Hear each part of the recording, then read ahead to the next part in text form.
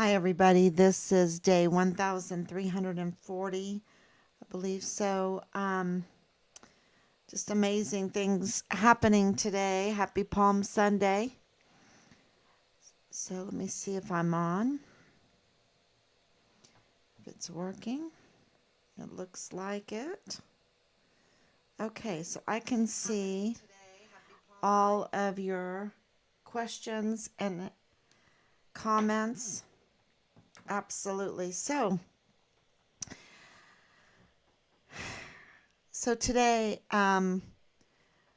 we read through in church the whole passion, the um, the 3 days, the 3 days. It was really eye opening. Every year, it's always eye opening. You always get something new. You always learn something new. You always meditate on something new. Um, and so it's it's a good thing. It's a good thing that we're a liturgical church. The Anglican Church is a Catholic church. It is a Catholic church, meaning very liturgical with like a missal, but we use the Book of Common Prayer. And so we go through these times, these same readings just about every year.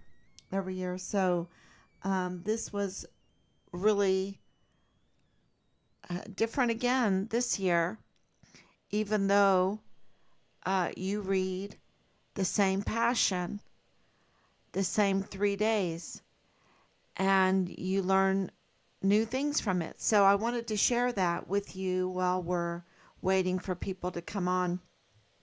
And, um, there's always been a lot of question about the 3 days. The 3 days, being in the belly of the whale, um, Jesus, the Son of Man, being in the belly of the whale, like Jonah. And I think that so many people equate that, at least we did. Uh, and of course, when you homeschool, you have the opportunity because you have the time to really research things that you question that you might not have the time for, um, or that might not even be the subject of what you're learning in school. And so for us, it was a subject for us. We did have the time and we looked it up. And you have to go back to different languages. And if you're bilingual, like our family is bilingual, trilingual. Richard, people don't know this, but Richard spoke German and he even uh, was learning Korean. Went to, matter of fact, he joined the army from Korea. He had gone to a Korean language and culture school. Of course, our son in law is Korean, and so he uh, really took to it. And of course, our daughter is fluent in Korean and also German. And so, when you live in a family that really loves different languages and are bilingual, trilingual, you understand that even if you translate a word, there's still something missing. And I think there was a movie called Missing in Translation. There's still something missing because there's cultural aspects and religious aspects that form words in whatever language that you're speaking. And so they have a meaning to it. There's also courtesies or insults with certain words that like in Germany, if you call someone a cow, it's a very it's huge. It's a really bad word. It's a really bad word, but it's not doesn't have that kind of. I mean, it's still bad, but it doesn't have that kind of level, that kind of meaning behind it in English.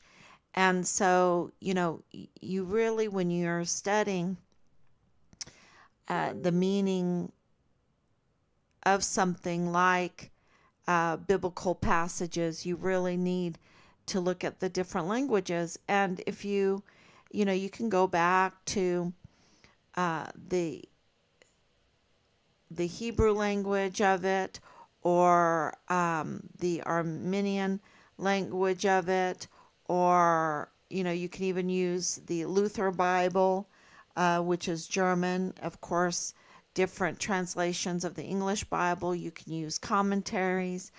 You can use a Korean Bible. You can, you can, as many translations as you can. I think it really helps.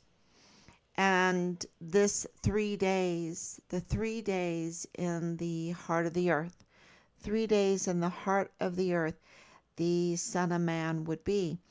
And so that has been a question that has popped up, because we know that Jesus was not a night and a daytime and a night and a daytime and a night and a daytime.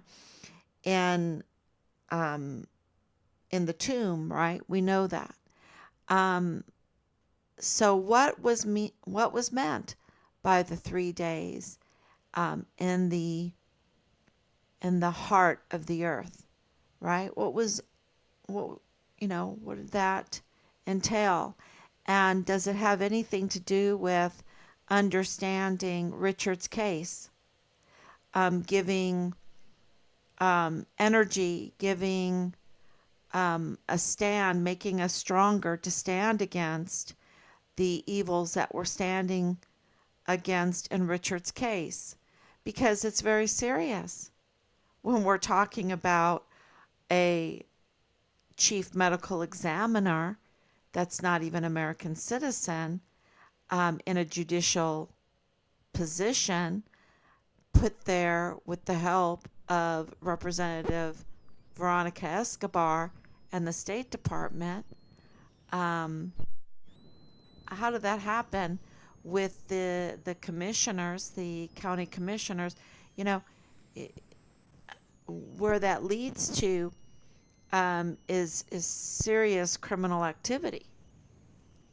Serious criminal activity.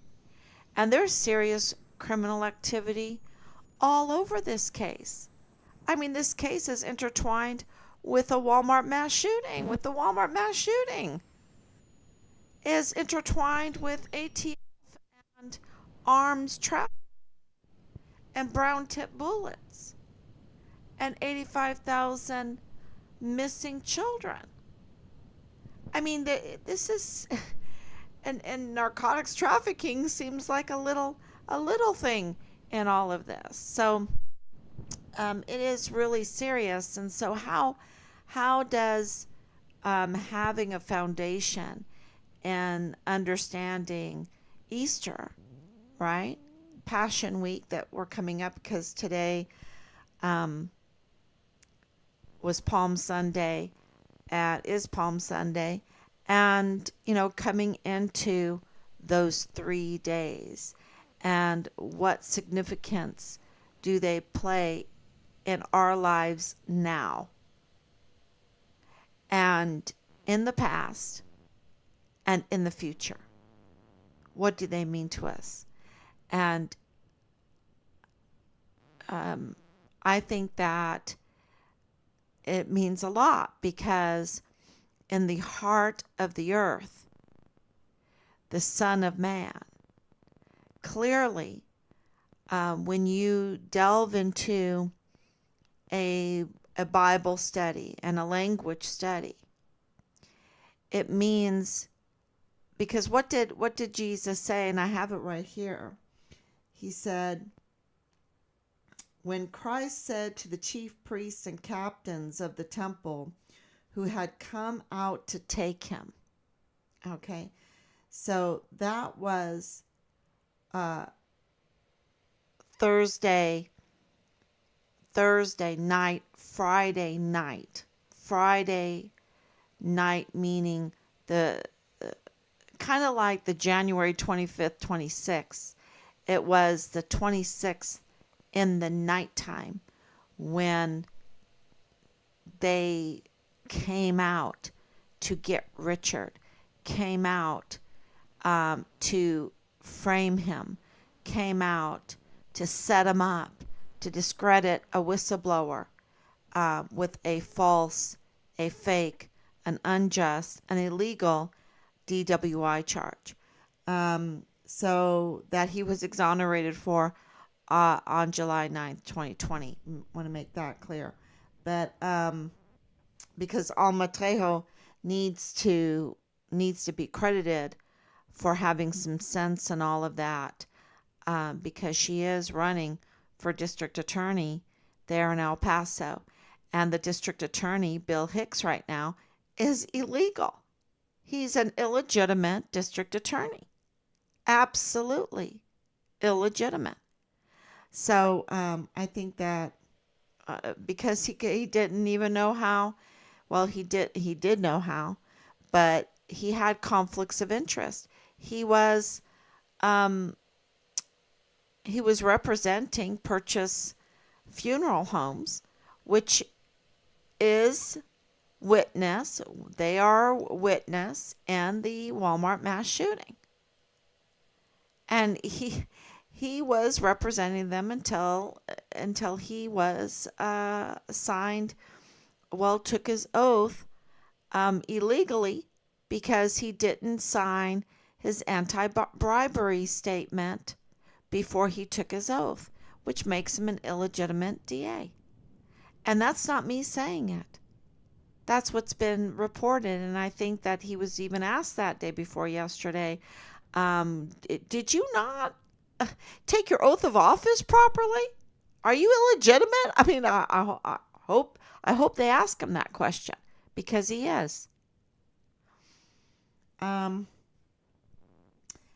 So what did Jesus say to these chief priests and captains? See, these chief priests with the military, the chief priests colluding with the military. That's what was happening. And Jesus said, "This is your hour and the power of your darkness." This is your hour and power of darkness. That's what Jesus said to them. And so to the likes of these generals, like General Clem Coward and General Garrett, Michael Garrett, this is the hour and the power of darkness.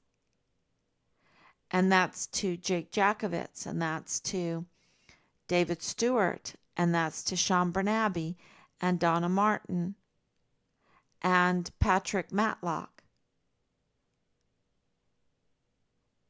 And of course McConville, and of course Mealy.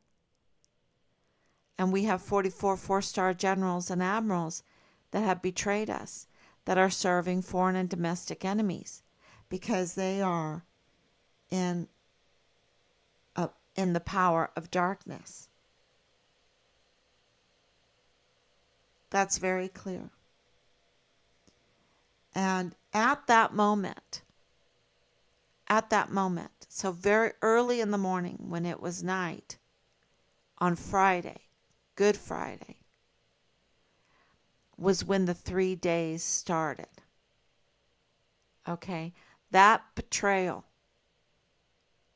is when Jesus, the Son of Man, fell into the heart of the earth. And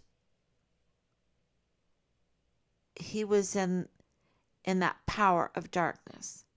Because when your heart doesn't beat, right, and your brain is not functioning, you're dead, right? But you see, that's our definition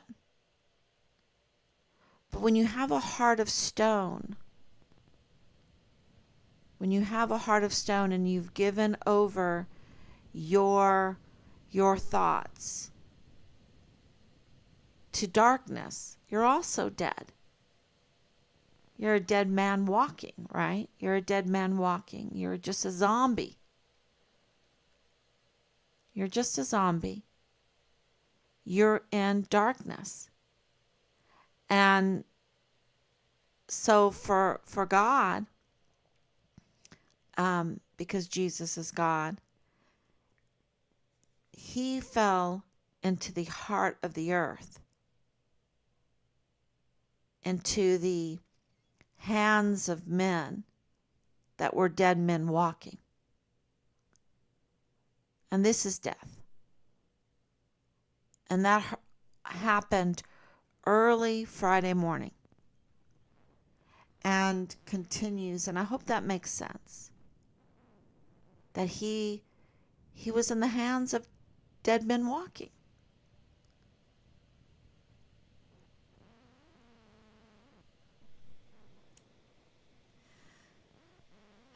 And that is really, if you go by hour and hour, you can see how everything progressed. And yet, he conquered them. He rose from the dead. The death of what makes a man truly die. And what makes a man truly die is falling into the darkness, the evil, the criminal activities, the criminal networks, pedophilia, arms trafficking, warmongering, murder, entrapment to frame somebody, to set them up. That's walking in death. Clearly. Your heart can still be beating, you can still be breathing, but you're like a zombie. You're walking in death. You're walking in the darkness. And so this is really, wow, when we were reading through this today, when they were, just thinking about how can they be so evil? How can Belen, at her young age, when Richard is just telling her, look, you don't let them treat your children like that. I'm not even going to let anyone treat your children like that. I'm going to call the CPS. And don't let them treat you like that, because they say they respect you, but they don't. They want you, it's kind of like that World War Z, right? Where they bite you and you turn into a zombie. They don't respect you. They say they do, but they don't. And the men, they're just horny. They just want to see you naked. How can she be so, when you have integrity, how can someone be so blind to that, to a better life, to life itself? Because the alternative is the zombie life, right? The Walking Dead. That's the alternative. The criminal syndicate, the sex cults, the pedophilia, the child pornography, the witnessing of a 7-year-old being raped in your master bedroom and by your own house. You don't even want to report it. That's Walking Dead. And how can these people, like Jesus Melendez, frame an innocent young man that just cares too much, wants to establish what's right and good, um, you know, but falls into the heart of the earth, into the hands of men that are in the power of darkness. That's really the 3 days. And Christ overcomes that. Thank God. Thank God. Um, yeah.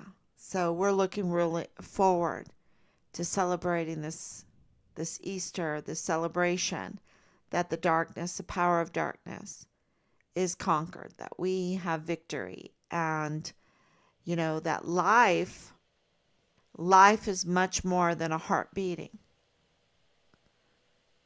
right? I mean, if you have a heart of stone, right, it really doesn't matter. That life is more than what we can imagine. And with that thought, with that belief, with that assurance, you just have a skip in your walk, and you have the armor of God on, and you become, fearless in the face of those that are walking in darkness. So, the truth comes out. You have this confidence because if Jesus can conquer the darkness, he's going to conquer Richard's case. He's going to do it. And this week was, this is Sunday, but last week was a very powerful week. And, a lot of cracks in the case. Has it totally broken open? We'll see. We'll see, but we're getting very close. We're getting very, very close because it's getting pretty high up there with Veronica Escobar and Mario Raskin Ortiz, who they seem to have a real conflict of interest connection together, which would explain why she would approve of something so illegal, of something that would absolutely put her career in danger, kind of risk. And that's what she did as a judge for the El Paso County Commissioners when they approved Mario Raskin Ortiz for a judicial position as chief medical examiner. And because it is a judicial office, it requires that you have an American citizenship, which of course, if you're going to have the power to subpoena and the power to hand out warrants, of course you need to be an American citizen. I mean, how many people in this country have the power to subpoena and to give out warrants? It's a very, very powerful position. And of course, making $500,000 a year is sweet. But then you need to be qualified. And he doesn't seem to be qualified. His forensics at the time of 2014 were very weak. Very weak. His strong point was hospital administration. So, which is helpful, of course, but not as a chief medical examiner. So there are so many anomalies that questions need to be answered on that one. Um, Especially the conflicts of interest. And Mario Reskin Ortiz, I've said it numerous times, has a conflict of interest with Angela Kachurga. So, you know, this seems to all be, and they all seem to have a conflict of interest with Ernest Christopher Grant. With Ernest Christopher Grant, I think he plays a very big part in all of this. And he was the media sweetheart for the August 3rd, 2019 Walmart mass shooting. And, he seems to have a lot of conflicts of interest. So,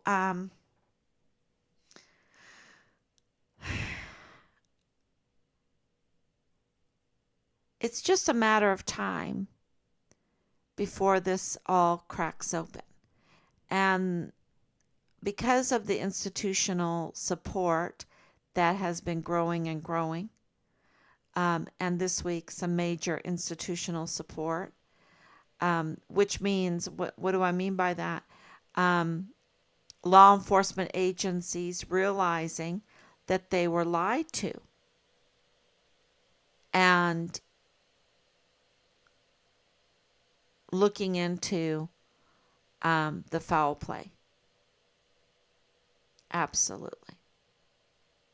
And there's more going on too. So thank you everyone for coming on Palm Sunday. And,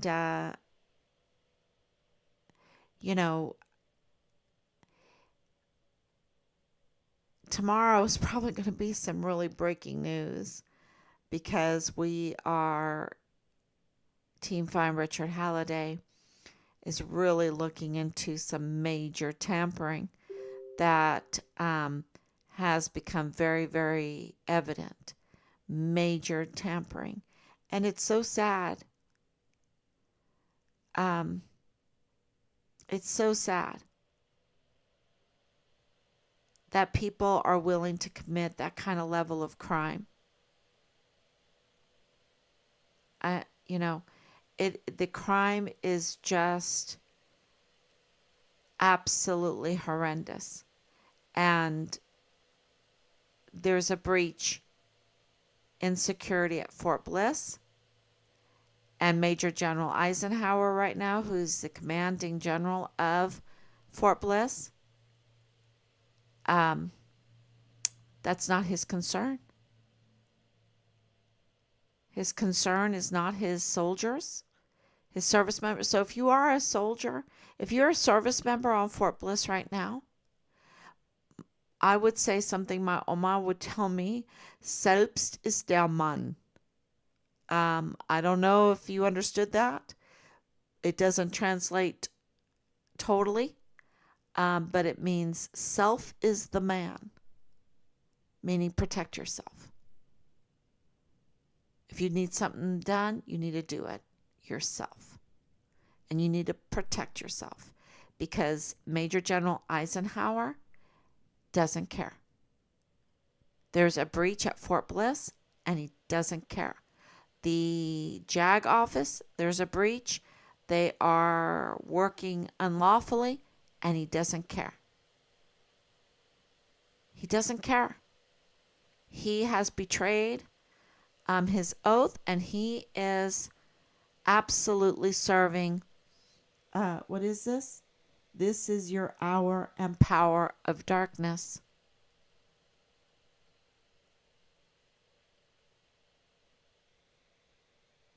Christ said to the chief priests and the captains of the temple who had come out to take him, this is your hour and the power of darkness. And so Major General Eisenhower is supposed to watch over Fort Bliss.